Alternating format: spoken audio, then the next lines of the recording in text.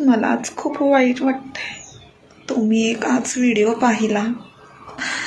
त्या व्हिडिओमध्ये एक फॅमिली आलेली कार घेऊन. त्या फॅमिलीने काय करावं, तर त्या फॅमिलीने त्या कुत्र्याला लॉक करून बाहेर गेले. ते कुत्रं गुदमरून मरून गेलं. लोकांनी खूप म्हणजे खूप प्रयत्न केला वाचवायचा, पण ते शेवटी कुत्रं मरण पावलं. जर काच फोडली असती तर त्या निष्पाप